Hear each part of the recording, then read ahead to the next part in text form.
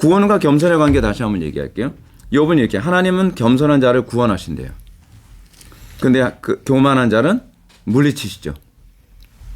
시편 17절에서 보면 하나님께서는 겸손한 자의 소원을 들어주신대요. 또 잠언 3장 34절 보면 거만한 자를 비웃으시며 겸손한 자에게 은혜를 베푸신다라고 말씀하시죠. 어떤 사람이 구원을 받아요? 겸손한 자가. 그러면 이제 자꾸 우리는 생각하게 되죠. 그럼 도대체 겸손이 뭐예요? 겸손이 나타나는 방식부터 먼저 볼까요? 하나님 앞에서 겸손. 우리의 겸손의 가장 전제는 하나님 앞에서 겸손이에요. 사람들 앞에서 겸손이 아닙니다. 우리가 아까 봤을 때 사도 바울이 그 당시 대제사장한테 회칠한 무덤이요. 근데 그렇게 얘기한 이유는 하나님 앞에서의 겸손의 행위였어요. 그 사람 보기에는 교만해 보일 수도 있죠. 우리가 예를 들어서 뭐 정부가 명령하는 것을 거역할 수도 있죠. 근데 그걸 교만이라고 세상 사람들이 보지만 하나님께 복종하는 것이 더 옳다고 얘기한다면 베드로가 그 얘기했죠. 내가 사람에게 복종하는 것이 옳은가 하나님께 복종하는 것이 옳은가 너희가 스스로 판단하라. 겸손이 뭐예요? 하나님 앞에서 복종하는 거죠. 근데 마귀의 문제가 뭐냐면 하나님께 복종을 안 해요. 자기 위치를 떠나 스스로 높은 위치에 서려고 해요. 어떻게 보면 사람한테 복종하려고 하는 건데 하나님께 복종 안 한다면 그건 겸손이에요? 교만이에요? 그건 교만이 되는 거예요. 우리의 겸손의 가장 전제는 첫 번째는 뭐냐면 하나님께 복종하는 태도인가? 여기서 이제 겸손을 규정할 수 있죠. 이 교만이 자꾸 들어가게 되면 아주 심각해져요. 하리수를 성형수술한 사람 있죠. 성전환 수술해 준 사람 있어요. 성전환 수술은 우리나라에서 최고로 많이 했다고 하는 의사가 뭐라고 얘기했다고요? 난 신의 실수를 바로잡은 것뿐이다. 그러니까 자기가 신보다 위에 있다는 얘기죠. 위치를 떠났죠. 그게 교만이죠. 위치를 떠났어요. 그게 교만이에요. 사람들과의 관계 안에서 그 관계 질서를 지키는 것. 이게 이제 두 번째로 우리가 봐야 될 겸손의 개념이에요. 첫 번째 겸손의 개념이 뭐라고요? 하나님 앞에서 자기 몸을 낮추는 것. 그리고 두 번째는 뭐냐면 사람들과의 관계에서 자기 위치를 지키는 것. 관계 질서 함부로 넘지 않는 거죠.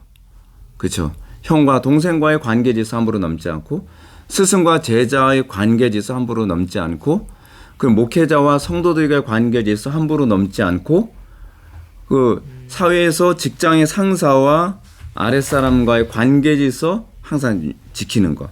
이게 이제 겸손이죠. 사실은 권위에 복종하는 게 그게 겸손이거든요.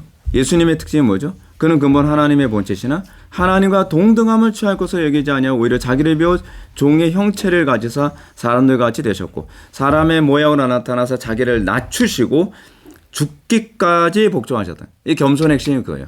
죽기까지 아버지께 복종한 거. 이게 겸손이죠. 예수님이 겸손하셨다는 건 그겁니다. 네 번째는 이겁니다. 겸손의 핵심 원리는 하나님 사랑과 이웃 사랑이라는 거예요. 모든 겸손의 기초는 하나님을 사랑하고 이웃 사랑하는 것에 초점을 맞춰야 돼요.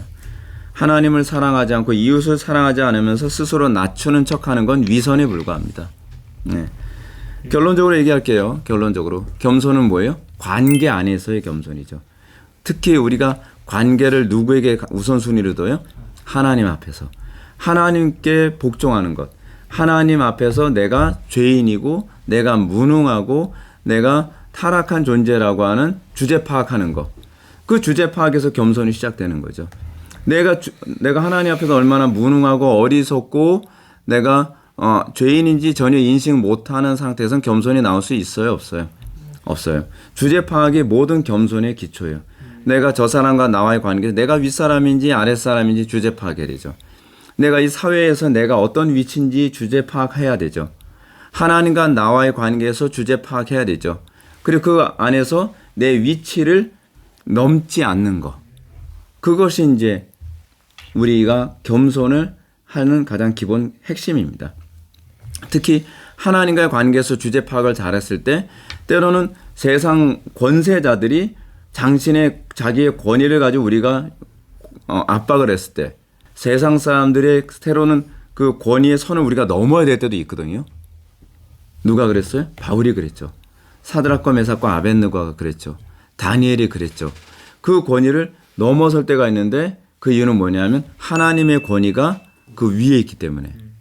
근데 그 세상의 권위자의 명령이 정당할 때는 하나님의 권위를 존중한다는 차원에서 그 사람의 권위를 따라줌으로써 거기서 겸손이 나오는 겁니다. 그래서 우리는 하나님과의 관계에서 또는 이웃과의 관계에서 겸손을 성경이 이렇게 가르칩니다. 높은 데 마음을 두지 않고 도리어 낮은 데 처하는 태도를 견지해야 되는 거예요. 높은 데 마음을 두면 어떻게 돼요? 관계 질서 선을 자꾸 넘어선다는 거죠. 그래서 우리가 내 위치, 내 주제 파악 잘해서 우리가 올바로 그 위치를 지켜내는 것, 그것이 우리의 겸손의 핵심이라는 것을 기억하시기 바랍니다. 자, 오늘 강의는 여기까지 하겠습니다. 감사합니다.